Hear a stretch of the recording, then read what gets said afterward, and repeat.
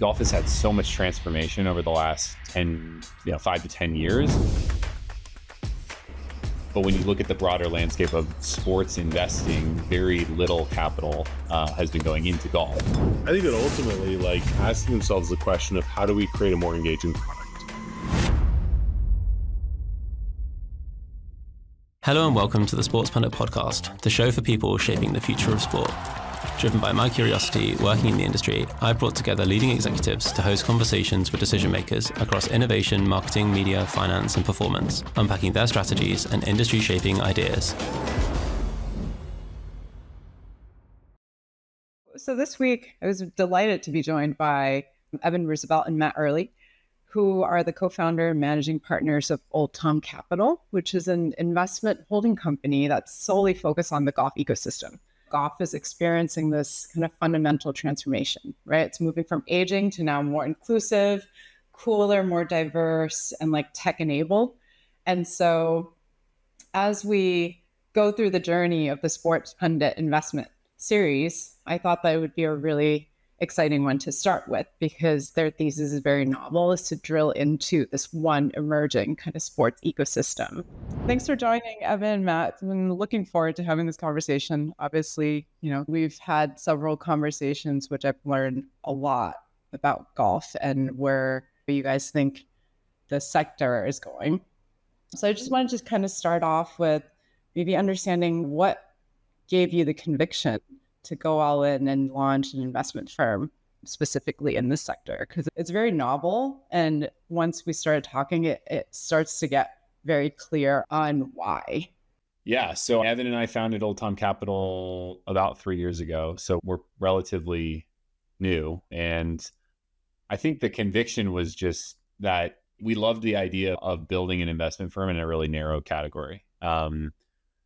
Maybe for the reasons that we're former operators, right? So we think about everything through the lens of just starting a company. And when you're starting a company in any category, you want to lead with distribution. You want to have access to whoever the consumer is or, whoever the end buyer is. And so I think the best way to do that is oftentimes to operate in a category or a narrow space where there isn't as much competition. And so viewing that through the same lens for an investment firm, it's golf has had so much transformation over the last 5 to 10 years. But when you look at the broader landscape of sports investing, very little capital has been going into golf, right? Especially, broad sports investors are investing in fractional team ownership and a lot of professional league level investments. And golf is just such an interesting category or sport because it's almost entirely driven, the value is almost entirely driven by the recreational side of the category. We just felt that was an interesting place for us as a strategic investment firm to operate because we could be really additive to companies. We wouldn't have to fight as much for deal flow. We could kind of build an ecosystem and sit in the middle of all of this transformation and really find some good arbitrage there as investors. So that's why we dove in, right? And we've been able to pretty rapidly scale our firm because we're in a space that needed more capital coming in and it needed a strategic investment group who could have a perspective and share thought leadership and get involved with, all the different companies and capital sources and kind of sit in that role and have that identity. So that was probably the biggest reason for that evolving conviction over the last few years. It's amazing. So you're talking about ecosystem. How do you guys kind of define the golf ecosystem? It's interesting. I mean, when you're in such a narrow category like we are in golf, everything is kind of part of an ecosystem and everything is a roll-up and everything is complementary to itself. When we think about the ecosystem, we think about all of the different ways in which golfers engage with the sport, whether it's from the grass that they walk on at a golf course to the clubs in their hands to the software and tools they use to engage with their fellow golfers or with the sport itself to what they watch on YouTube when they fire up and want to watch some golf content. And so I think the ecosystem is actually about kind of tracking the golfer graph and understanding all of the different ways in which golfers are currently engaging with the sport, but then also the changing ways in which they want to continue to engage with the sport and will engage with the sport in the future, which likely look a lot different than the ways that our parents or folks that came into the game even 15, 20 years ago did. Yeah, you talk about the golf curious crowd, right? that we've spoken about before. Is that kind of where you see the biggest growth? Is that untapped market? Yeah, it's like what Evan was saying, that the like personas of golfers has completely, like, it's been blown up by this new entry point of consumers coming into golf. We kind of coined this term golf curious as this individual who's like, there's so many options to experience golf, whether that's like namely through golf entertainment, right? Through Top Golf or other golf entertainment sources. And that's been a huge growth lever for the game over the last 10 years, is like there's this entry point, like the acquisition of the new golfer is coming in through golf entertainment. And they're looking around after that saying, where do I go? Like, what do I do now that I've had a golf club in my hand? And so I think that golf curious consumer is someone who is like represents the largest portion. I think if you look at the numbers of who a golfer is, if you kind of consider them a golfer, but they also represent all of this latent demand in golf, because the golf industry hasn't captured the value yet from that individual. And so I think as investors, we look at that group as a really important and interesting group of individuals, because they're not brand loyal yet to some brand. They don't have an expectation of what golf should or shouldn't be. They don't necessarily watch like traditional golf formats. There's all this pent up like latent demand that's sitting and existing in that group of people. And so as investors, we're looking more at where are those people going and what are the companies that are going to capture value from those individuals. Like, there's nothing wrong with the traditional golf persona, but it's much smaller than this golf curious bucket, right? It's also more resilient. It's more, it's we kind of know what those individuals are going to do, and they're very valuable. But the golf curious consumer, I think it just represents a much higher upside if we can figure out what they want to do, how they want to play the game, right? They're not watching traditional golf. They're not playing a traditional version of golf. But they are going to a driving range, playing par threes, watching YouTube golf, trying new types of golf apparel. Like, they're thinking about things completely different. So golf curious for us is like a very important persona within the golf community. Yeah. You put out this paper about golf light, I think a couple weeks ago. And it made a lot of sense to me, because I feel like when we were talking about, what happens between picking up a golf club and going all the way to like the 18th kind of cool country club, there's that space. There's so much space there. But the golf entertainment space, like at least for Bangkok, Top Golf isn't working. Yeah.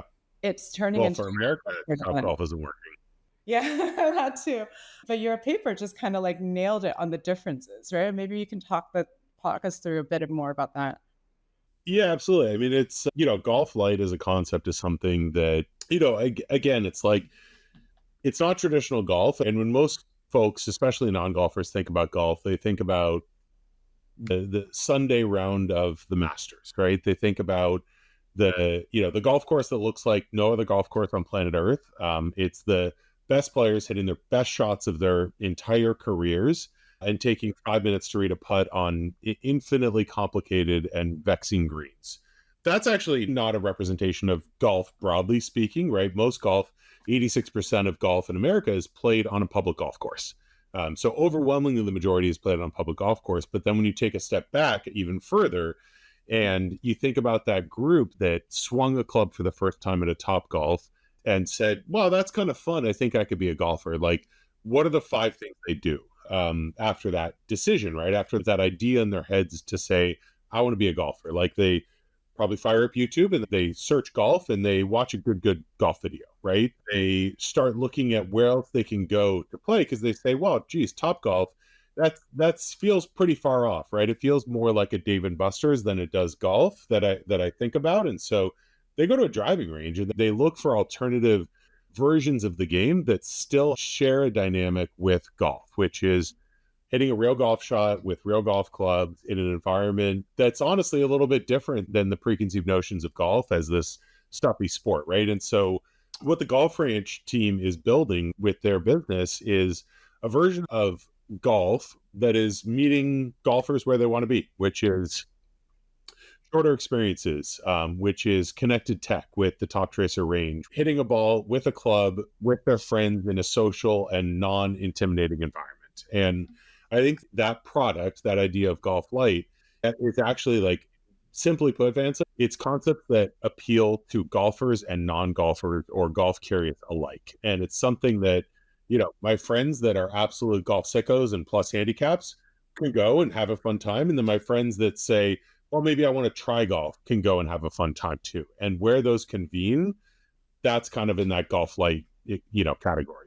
Yeah, and as investors, obviously why we're interested in that is because there's high resiliency in that category of golf light, right? Like if we're putting our investor cap on, if the macro environment shifted and it was more expensive to pay for that country club membership or go play at a top resort course or whatever, driving ranges are still going to be packed. Par threes are going to be packed. Municipal golf courses, short courses, these are like the entry points of golf, and they're resilient because there's actually not enough supply of them, right? There's like 1,000 independently operated driving ranges not connected to a golf course in the US.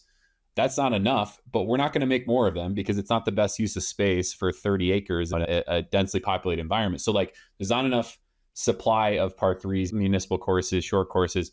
So they're always going to kind of continue to be resilient. They need to be up leveled a little bit. They need to be we should glow them up a little bit and make them better. But it's just a really resilient pocket because people are still going to go to a driving range, right? They're still going to pay $20 for a bucket of balls. They just might not pay for their, exclusive membership, or they might not, spend in certain pockets of the golfing categories, right? It's like all the great things about golf. It's not disruptive to traditional golf. It's just saying, let's play golf a little faster. Let's make it a little more casual, a little more fun, a little less expensive. And actually pairing that with what the golf curious individual wants, it's like perfect parity, right? And so I think that's when we see sort of supply and demand metrics in golf like matching each other really, really well. And that's why we're putting a lot of capital into that golf light category. Yeah. The entry point is an important point, I think, because we've, for us, when we're looking at in the golf space, it's that question is if you're having this new category of fans, participants, like where are they entering in? Right. And so you touch on things like good golf.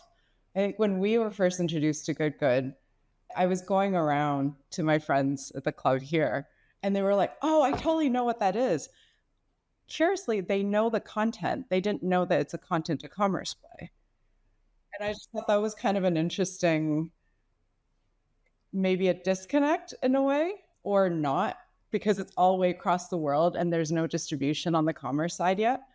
But yeah, it was just kind of an interesting point. Well, it's also, I think it speaks to the elegance of the content to commerce funnel in general, right? That like it's actually moving you into a commercialization engine without it feeling overly commercial, right? Like you kind of buy into the vibe, to the stories, to the personalities, and it doesn't feel overly commercial. And I think that's really, it feels authentic, right? And that's one of the things we loved about Good as a brand as well, and as an opportunity, to your point, somehow it still felt under commercialized, right? And there's room to grow. And I think it's also a good entry point, like the people at your club. But let's think about the people who don't play golf at all, right? And they're just looking around and saying, who are these guys that are having a great time on a golf course, and what are they doing? And they look like, they look like me, and they're not having to take this too seriously. And so I think it's this entry point of, if you look at like the arc of kind of, coming into the game versus becoming a golf sicko, or like having this high LTV as a golf consumer, the entry point is so important. And right now it's been Top Golf and other things where you're kind of putting a club in someone's hand, but YouTube and good and these other media kind of properties that sit on YouTube are bringing so many people in because they're making golf feel different and fun and exciting. Then they're going out and wanting to smash balls on a range, right? They're not going and saying, oh, well, who's the top instructors in the country and how can I learn from them and make sure my positioning is right at the top of the golf swing? No, they're just saying, how do I get a driver in my hands as fast as possible and go smash balls somewhere and drink a beer and put on a good hat and have fun, right? And like, that is actually the thing that's making golf really healthy, because as long as we can continue to advance those people into whatever version of golf they want to play, that's fine. If they want to always show up at a range and do that, that's great. They don't need to move into something more official version of golf, but I think Evan and I worry sometimes that there's like a gap between I hit a ball for the first time at a top golfer on a range, and I'm going to go play a traditional 18 hole golf course. Like we need more supply. We need more, versions of golf sitting in the middle of that. Like pickleball is not tennis; it's something else, right? We didn't try to make it tennis. We embrace what it is. So I think golf needs to continue to do that because golf entertainment will eventually start to become less interesting. There's these cycles, right? It's like it was axe throwing and darts and escape rooms, 5 years ago, 10 years ago. Where's it going to be today? It's golf, and that's great, but it's not always going to be here. So how do we capture the value of these people coming through an entry point, and where do we put them? And so I think the more and more that the golf ecosystem can respond to that, the healthier it'll be, and we can actually maintain the level of demand that's sitting in golf today. So if you guys have kind of a wish list at this point from entry and then shepherding them through the experience and kind of gaining more interactions with the golf curious crew, like what do you have a couple kind of areas that you think needs to be in place or more investment need to go into? Yeah, I think it's exactly what Matt said, right? Which is like, it's that we think it's the short course concept, right? It's short course, which is not necessarily that innovative, but it's like par three courses, executive courses, versions of golf that are less intimidating and take less time. I think that that's really it, right? And Pebble Beach will always be there, Pine Valley will always be there, like high-end private clubs, high-end daily fee resort courses will be there. But there's actually not a ton of like lit par three courses. We led the most recent investment into the Grass League, which is a professional, alternative professional league that takes place on a lit par three course, and they're going to be doing a lot more of them. But there's not that many of them in the country, and that's actually like it's one of the most fun ways to play golf, broadly speaking, as a golfer, as a golf curious person. And so I think that's really where we are supply constrained is in that like middle ground of like takes, 2 hours to play. It's super fun. And it's very, it's not intimidating at all. This podcast is produced by O6, but more than just being a production partner, they're also active members of the Sports Pundit community. Having seen the work they're doing across the industry up close, working with leading F1 teams and Premier League clubs, as well as top creators, I'm so delighted to now have them on board and helping to elevate this show to a new level. Yeah, I think screen golf is also a good solution for some of this. Although I will say, screen golf, simulator golf is also pretty intimidating to a new kind of this new entry point. It's like screen golf is still pretty much golf. It's golfers. If you go into a simulator lounge, a screen golf lounge, like it's typically people with golf clubs playing golf. It's not like people picking it up for the first time. So I think versions of like how screen golf could also be delivered in a more fun way. I think more of like community elements around golf, like getting more social community things, whether that's like leagues. A friend of ours runs a league called Spark, which is a great league for new people coming into the game who don't have a ton of experience. Like that, they've done very well in bringing community together around golf. Like I just think formats of how you can take screen golf and par threes and short courses and municipals and even just traditional 18 hole courses and make them create modified versions at certain times, or like go from an 18 hole course that has 2 9-hole loops to 3 6-hole loops, right? And maybe we sell that in, and rather than, if you want to play 18, you can play all 3 6-hole loops, but like finding ways to alter formats, because I think the traditional formats are fine. I like playing traditional formats of golf, but I think if we want to maintain some of that demand that's coming in, we need to find other versions of like how to treat that. Right. Now that's super interesting. We've been looking at it from kind of Southeast Asia perspective, and it's been, things like mini golf or even kind of short. I don't think a par three exists in Thailand, as far as I know. And so we're asking these questions, and curious to get your thoughts on it too, is like how, just from an Asia perspective or even Southeast Asia, like how do you do the same play that people are consolidating these kind of shorter driving ranges or par threes, right? Because it's also very much out of reach to a lot of people, and it's not, to your point, just it's time. It Yeah. it's tough. It's tough, right? Because if golf is experiencing the same supply constraints, broadly speaking, as it is in America, like 18-hole courses are busy. They're already really busy, and so I think to Matt's point, like the idea of like rethinking the business model at an existing 18-hole course, like most 18-hole golf courses that we talk to are like pretty complacent because they're like, cool, I'm making money. Like, why rethink the model, right? And there's the land cost to build something new is too high to build anything other than a very exclusive high-end private club. It's actually like really, really hard to start something from scratch where it doesn't exist already. Now, there's definitely some golf courses that are underperforming, and there's possible reinvention there where you can take an 18-hole course and you can take 9 holes and make it a par three course, and then you can take the other 9 and develop that for housing or commercial if the underlying zoning allows for it. I mean, in the States, it's pretty challenging to do that. I don't know, man. It's a tough question, right? Of like how you can create a small footprint, like low barrier version of golf to like get people, non-golfers, really excited to try it. I mean, I think screen golf, right? Yeah. I look, I think I only have a small amount of I played some golf in Southeast Asia, and when I did, it was very it was almost akin to the elite, like high-end golf in the US, where there weren't that many groups on the golf course. It was a very private club. It was like not super accessible.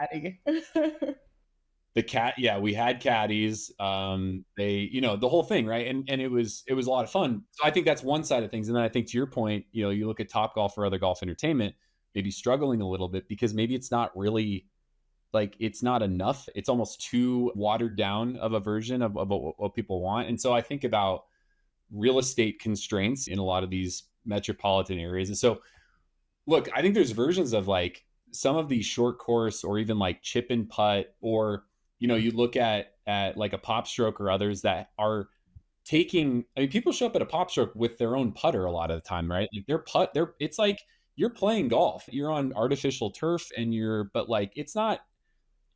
Some people could consider it putt putt, but other might consider it a golf light format because they're actually getting out there playing. And so when I think about Southeast Asia, it's like, how do you create concepts that can sit on 20 or 30 acres that are a little more of a like interactive format? You're out there walking, kind of playing, hitting a ball from somewhere to another place where there's a hole, like, and you're doing it in still a bit of a social environment where it's fast, it's fun, it's social, but it gives you more of a feel of what golf is, because I think that's kind of what people are looking for, and they're maybe not getting as much. Like Top Golf does an incredible job at customer acquisition. They struggle with retention. They struggle with the lifetime value of that individual, right? And so what are these other formats that can do well in markets, whether it's the US or Southeast Asia, with people who are like, I heard about this golf thing, but it's just not for me. I don't know how to, like, they're not catching that bug yet. No, screen golf is also, to Evan's point, like screen golf is also an interesting fusion into that, right? Because as we know, this year Singapore is losing, I think, 3 public golf courses to housing. And so a lot of these cities are very space constrained. I was in Japan last week, and have you guys come across this thing called park golf? Yeah. We watched some videos on it. Yeah. It's pretty cool. That's like a straight, like these alleyways or whatever. Yeah. Isn't that park golf? Tell us about it, Vansa. They're taking like public golf courses, and then they just have very short formats right around public golf courses. But you just see older population in Japan, like with it's a bigger stick too. So like, that's what it was. Yeah. Okay. The ball's a little bit bigger. And like I saw the other one was, somebody was telling me about like street golf in Paris, that people are going down alleyways. Yeah.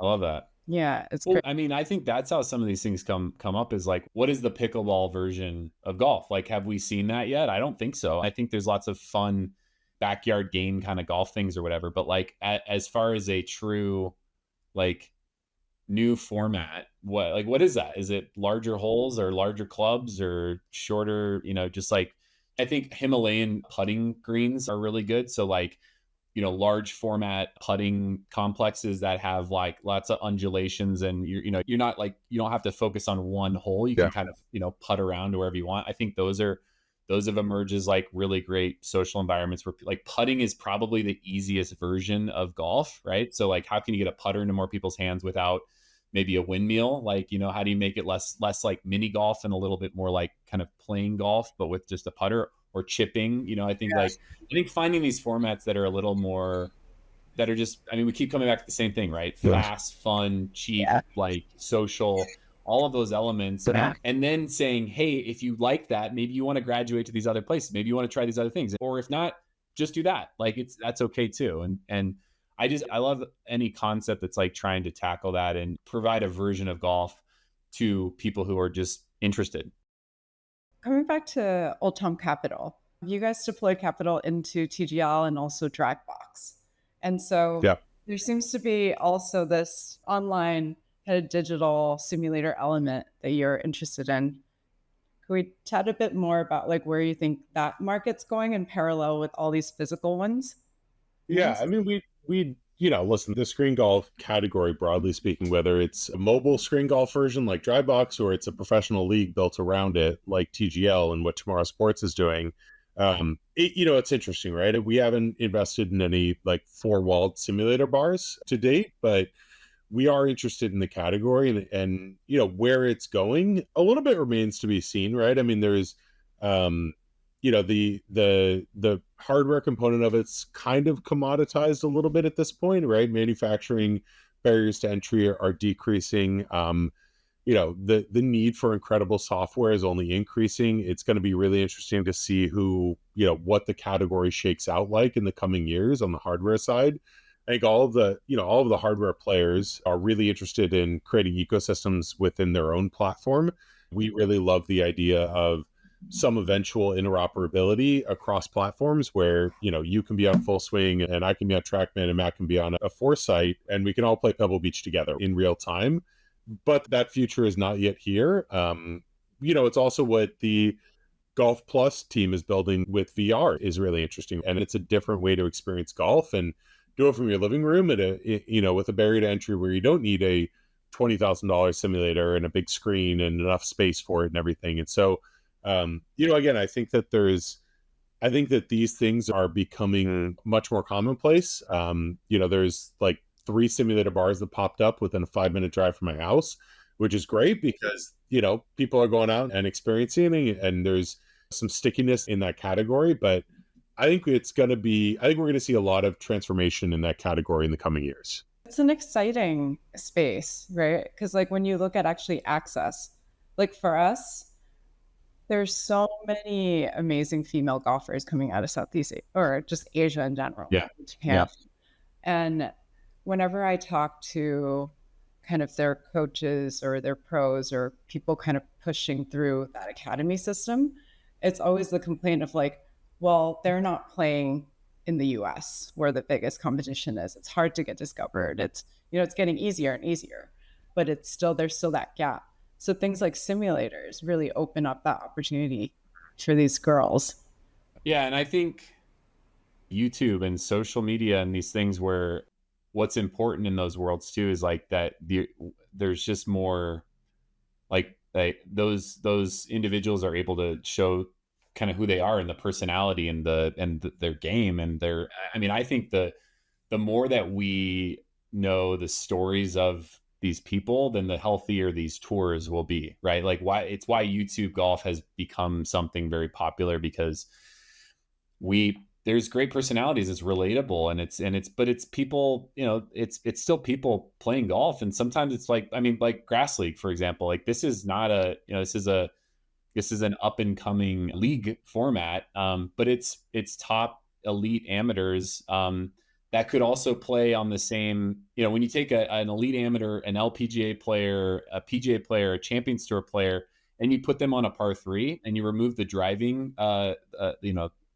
side of the game, you actually now have created almost an incredible, a flat way for these players to play against each other. And no one really has the edge in that, because you've taken kind of the long game out of golf. And so I think there's going to be more and more opportunity. There should be more and more opportunity for men, women, amateurs and others to start to compete now, whether that's in screen golf, whether that's in high stakes par three golf. Like the disruption at the professional levels of golf um, has, I don't have an opinion, good or bad. I'll just say it has created an ecosystem where there's more opportunity, I think, for more players to come in and get to have their chance. Yeah. Is grass league 2 men and 2 women? It could be men or women. Could be anybody.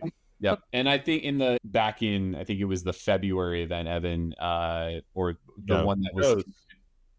It was Allison Lee was in the playoff, right? Yeah, Allison Lee, who plays on the LPGA Tour, was in the playoff with her partner against two others, and it's, I just think it's also like I didn't know who Allison Lee was until I was watching that, and I started to do my research, like, oh my gosh, like what an incredible player, and like all these things. And so it's like the more we can create places where golfers are going to view new formats and new personalities, and not just the same kind of thing that we do week in and week out on the professional tours, I think that's really good for the growth of the game. Yeah. There's a disconnect in a way, right? Between kind of emerging or new golf curious crowd and then like the PGA and the LPGA. And so like is this meant to essentially kind of also help fuse that between, let's call it the IP, the rights, the professional side and the amateur side, as it becomes a lot more relatable? I think so. I think TGL as well is doing a little bit of that. I think that one of the challenges that Brian Rolap and the rest of the folks of the tour are probably asking themselves now is like, why don't more young people care about the PGA Tour, right? And I think that that's a problem that they're facing. And I think that the leadership at LIV are facing the same thing, and at DP World Tour, and the majors are doing very well. And I think broadly speaking, golf as viewership is trending up, which is great, broadly speaking. But I think that ultimately all of these leagues, as they should be, are asking themselves the question of how do we create a more engaging product? And how can we create a product that speaks to the ways in which younger people, broadly speaking, want to engage content, right? And I think the NFL, the NBA, and the MLB, and MLS, and the Premier League in the UK have like done a very good job at like making easily digestible, bite-sized elements of their league highlights easily viewable on social media and coming to meet the fans where they are, which is not something that golf has historically done very well at. I think that alternative leagues like Grass League and TGL are doing a lot better at that, but there's still a lot of ways to go, probably. For sure. In terms of coming back to kind of Old Tom Capital and how you guys are structured, right? Now that we've kind of talked through all of these different scenarios, it's a very different approach than kind of a venture style, let me just like spray and pray and see what happens. You guys are very hands-on, very strategic. How, where do you see Old Tom Capital evolving over the next couple of years? Because you're just getting started, and it's been already very exciting. Yeah, thank you. We just don't believe the like traditional power law dynamics of venture investing is the best way to operate within a narrow category like golf. We want to write probably less checks, larger checks, and get as involved as possible and give those companies unfair competitive advantages. And our belief is also, if we have great distribution in the golf space, then we can plug those companies into that distribution and help with that. I think our long-term vision, reading you into the playbook here, is like, we think there's an opportunity to really build like a Blackstone meets LVMH that's sitting in a narrow category like golf, right? Like Blackstone was built on the backs of narrow mandates and being very, kind of going after narratives and leaning into those and running a private equity playbook in those areas. And then you look at like an LVMH, and they leaned into the perspective of following a consumer within that luxury journey, right? Like owning across the luxury